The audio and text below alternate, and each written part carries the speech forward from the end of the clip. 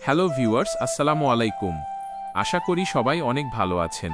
আমার ব্লগে আপনাকে স্বাগতম। আমি আরিফ। আজ চলে এসেছি নতুন আরেকটি এক্সক্লুসিভ ব্লগ নিয়ে। আজকে আমরা চলে এসেছি ময়মনসিংহ বিভাগের বিখ্যাত হালুয়াঘাট উপজেলার অতি পরিচিত ধারাবাজারের গরুর হাটে। আপনারা অনেকেই জানেন, প্রতি সপ্তাহের সোমবার এখানে বিশাল গরুর হাট বসে। দূর দূরান্ত থেকে কত হরেক রকমের গরু বাছুর আসে এবং কেমন দামে কেনাবেচা হয় তার পুরোটাই আজ আপনাদের ঘুরে ঘুরে দেখাবো। চলুন দেরি না করে হাটের ভেতরের পরিবেশটা দেখে নেওয়া যাক। হাটে ঢুকেই দেখতে পাচ্ছেন চারপাশটা একবারে গমগম করছে।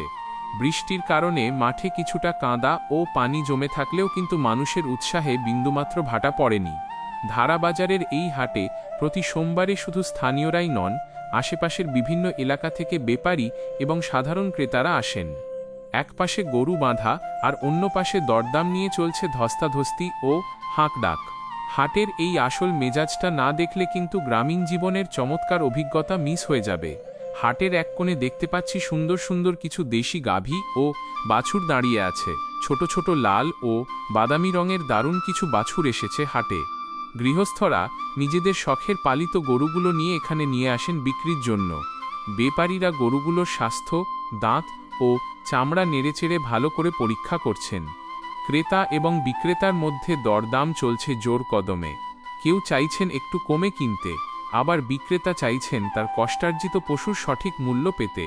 এই হাটে ছোট বাছুর থেকে শুরু করে মাঝারি ও বড় আকারের ষাঁড় গরু সব ধরনের পশুই চোখে পড়ে।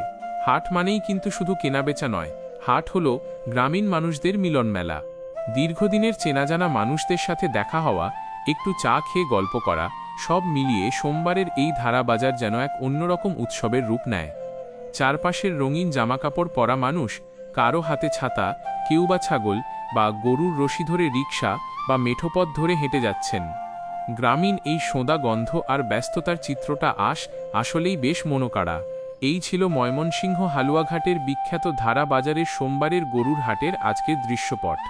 আপনারা যারা এই হাটের পরিবেশ দেখতে চান কিংবা ভালো গরু কিনতে চান, প্রতি সোমবারেই এখানে চলে আসতে পারেন। তাই অনেক বিক্রেতাই চান হাট শেষ হওয়ার আগেই কিছুটা ছাড়ে হলেও গরু বিক্রি করে দিতে।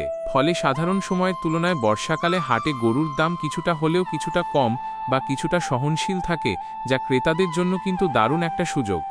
আজকের এই ব্লগটি আপনাদের কেমন লাগলো অবশ্যই কমেন্ট করে জানাবেন। ভিডিওটি ভালো লাগলে লাইক ও শেয়ার করতে ভুলবেন না, আর চ্যানেলটি সাবস্ক্রাইব করে পাশেই থাকুন। দেখা হবে আগামী ব্লগে নতুন কোনো জায়গায়। সবাই ভালো থাকবেন, সুস্থ থাকবেন। আল্লাহ হাফেজ।